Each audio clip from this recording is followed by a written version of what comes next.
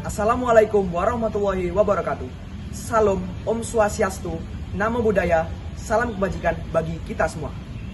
Halo teman-teman dan para juri, nama saya Ahmad Zaki Aditama dari SMA Negeri 8 Kota Malang. Dan hari ini saya akan menunjukkan kemampuan terbaik saya di Lomba Cerdas Cermat SMA Award 2024. Cerdas, cepat, dan tepat, itulah moto saya. Siap untuk mengikuti petualangan pengetahuan bersama saya? Let's go! Mulai dari pertanyaan yang pertama.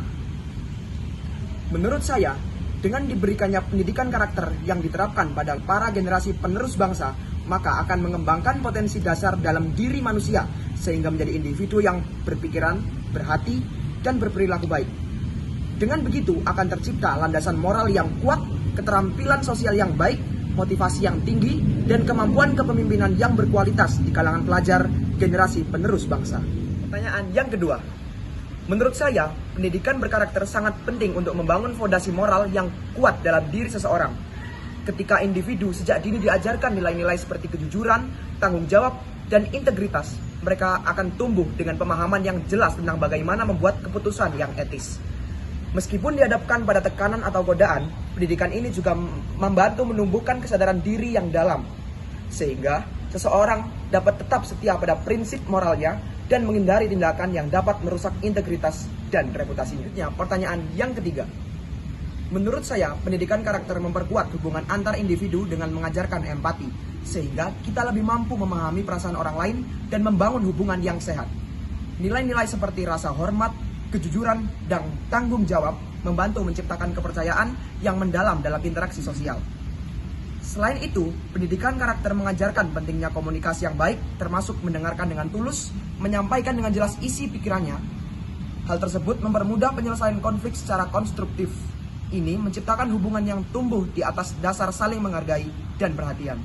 Selanjutnya pertanyaan yang keempat. Menurut saya, meskipun teknologi terus berkembang pesat, nilai-nilai Pancasila tetap menjadi panduan yang relevan di era digital. Dalam menghadapi kecanggihan teknologi seperti kecerdasan buatan, media sosial, dan indata, nilai-nilai seperti kemanusiaan, keadilan, dan persatuan memberi kita kerangka etis yang kokoh. Di tengah arus informasi yang kadang memecah belah, Pancasila mengingatkan kita untuk tetap menjaga persatuan dan toleransi. Nilai-nilai ini membantu kita menavigasi dunia digital dengan bijak, tetap menghormati sesama, dan menjaga identitas bangsa. Meskipun teknologi terus membawa perubahan, hal itu menunjukkan bahwa Pancasila sesuai dengan sifatnya, yaitu bersifat terbuka, dinamis, dan mampu menyesuaikan dengan perkembangan zaman. Yang kelima, menurut saya, langkah konkret yang bisa saya lakukan dan saya tularkan kepada adik-adik atau junior saya adalah dengan memperkuat pemahaman serta pengamalan nilai-nilai Pancasila dalam kehidupan sehari-hari. Ini dimulai dengan hal-hal kecil seperti menghargai perbedaan, mempraktikkan gotong royong, dan menjaga persatuan, dan menegakkan keadilan dalam lingkungan sekitar. Kita bisa memanfaatkan platform digital dan media sosial yang begitu dekat dengan generasi muda untuk menyebarkan nilai-nilai kebangsaan ini. Sebagai contoh, kita bisa menciptakan konten kreatif yang mengedukasi tentang Pancasila melalui video, infografis, atau diskusi online. Selain itu, mengadakan kegiatan komunitas yang melibatkan generasi muda untuk berbagi pemikiran dan berdialog tentang pentingnya Pancasila dalam kehidupan berbangsa dan bernegara juga merupakan langkah penting. Terima kasih sudah menyaksikan video ini. Tantangan 5 soal sudah saya taklukkan, dan saya siap melangkah lebih jauh di Lomba Cerdas Cermat SMA Award 2024. Dengan pengetahuan, kita bisa mengubah dunia. Sampai jumpa di babak berikutnya, dan ingat, kita tidak hanya mencari jawaban, kita menciptakan solusi. Ke Bima Sakti nonton Semari Hasta.